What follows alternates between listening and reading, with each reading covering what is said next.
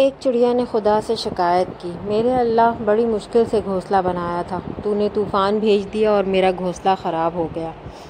आवाज़ कुदरत आई, तेरी आँख लग गई थी और तेरे घोंसले में सांप आया था तुझे खाने के लिए।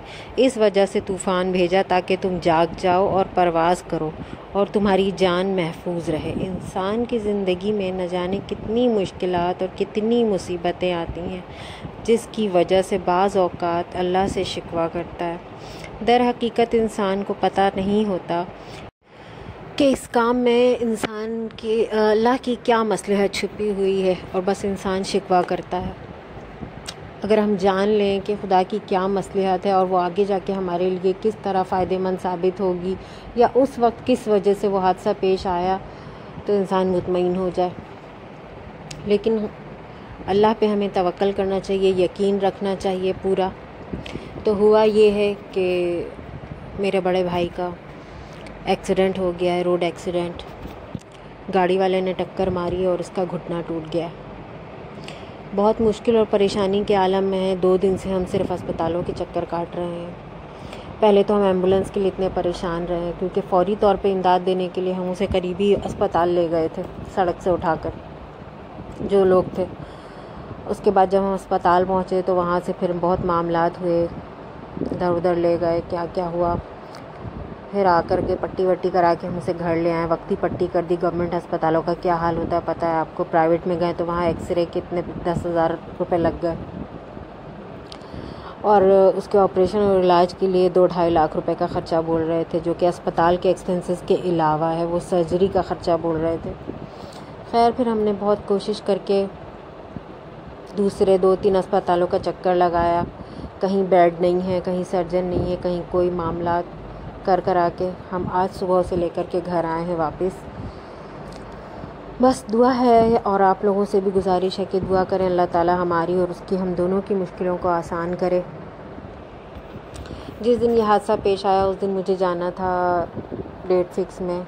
हुआ ये कि जिस लड़की की, जिस बच्ची की डेट फिक्स थी, उसकी डेट फिक्स कैंसिल हो गई क्योंकि उसके ससुर को हार्ट अटैक आया। वो अस्पताल गए, उनकी एंजियोग्राफी हुई।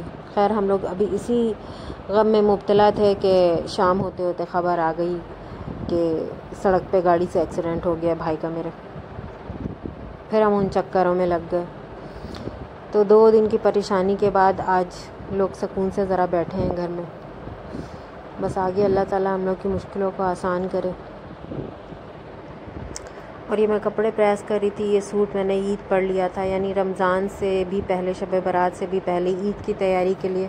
यानी अगर कुछ बेहतर मिल जाता है तो मैं पहले ले लेती हूँ। छोटी मोटी तैयारियाँ हम पहले करते हैं। और ये मैं पहन नहीं पाई थी और उस दिन निकाला मैंने पहनने के लिए, तो उस दिन भी नहीं पहन पाई। फिर मैंने इसको तय करा और शॉपर में पैक करके रख दिया। एक बिल्कुल नया सूट है, बहुत ही नरम और अच्छा कपड़ा है। नॉन ब्रांड लॉन का अनस्टिच सूट था, लेकिन बहुत अच्छा फैब्रिक, बहुत लाइट सी हल्की सी कढ़ाई, स्टिचिंग के भी अच्छे खासे पैसे लगे थे। अच्छा सूट था तो मैंने इसको कहा कि चलो शॉपर में पैक करके रख देते हैं, इसको सेफ़ रहे, फिर कभी ज़रूरत पड़ेगी तो निकाल लेंगे। मेरा ससुराल और अम्मी का घर एक गली का फ़र्क है, फ़ासला है, इसलिए शुरू से काफ़ी हम लोग एक दूसरे के करीब हैं। मतलब एक घर जैसी ही बात है, तो फिर उस घर के मामलात इस घर के होते हैं और इस घर के मामलात उस घर के। अक्सर अपनी वीडियो में जो बच्चों को मैंने दिखाया है, मेरे भाई के बच्चे, वो उसके बच्चे हैं। 3 बच्चे हैं माशाल्लाह, 2 बेटियां हैं, 1 बेटा है।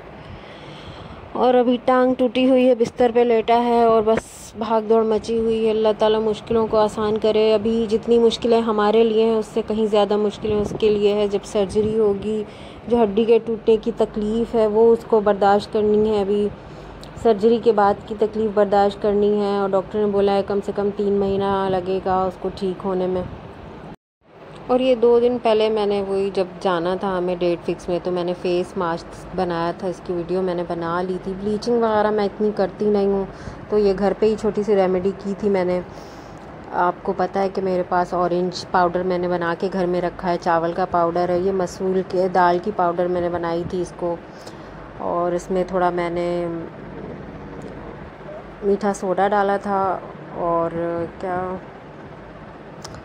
और क्या डाला था भूल गई, जहन में नहीं आ रहा है। ये 2-3 चीज़ें मिलाकर मैंने लगाई थी और ये काफ़ी अच्छा इफ़ेक्ट देती हैं आपको ब्लीचिंग की तरह। बस ये कि बाल वगैरह जो आपके फेस के वो ब्राउन नहीं होते, लेकिन बाकी आपका चेहरा बहुत फेयर एंड ग्लो करने लगता है। अगर आप इसको रेगुलर 2-3 दिन हफ्ते में यूज़ कर लें तो फिर बहुत ही अच्छा इफ़ेक्ट देता है।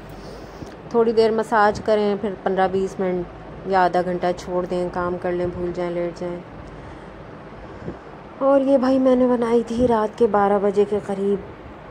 सबको अजीब सी तबीयत हो रही थी तो ठंडी शरबत का बोल रहे थे, तो साबुदाना तो उबाल के रखा हुआ था मैंने, रहता है फ्रिज में मेरे। और ये थोड़ी कस्टर्ड पकाई मैंने दूध में और शरबत बनाया था।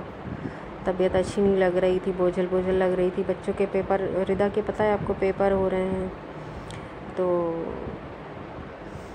पढ़ाई कर कर के परेशान रहती है। उसकी तबीयत भी ठीक नहीं है अभी, और बहुत से मामलात हैं। अल्लाह पाक, बस मैं क्या बोलूँ कि अल्लाह से दुआ है कि अल्लाह मुश्किलों को आसान कर दे। बस बहुत से मामलात में हम फंसे हुए हैं।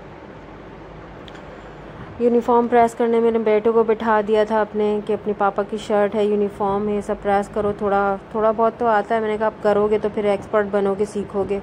हिम्मत मेरी हो नहीं रही थी तो उसको बिठाया था मैंने कि नेक्स्ट डे, आज मंडे है, स्कूल जाना है। तो रात को वो बना रहा, कपड़े प्रेस कर रहा था और मैं खाना बनाने चली गई थी।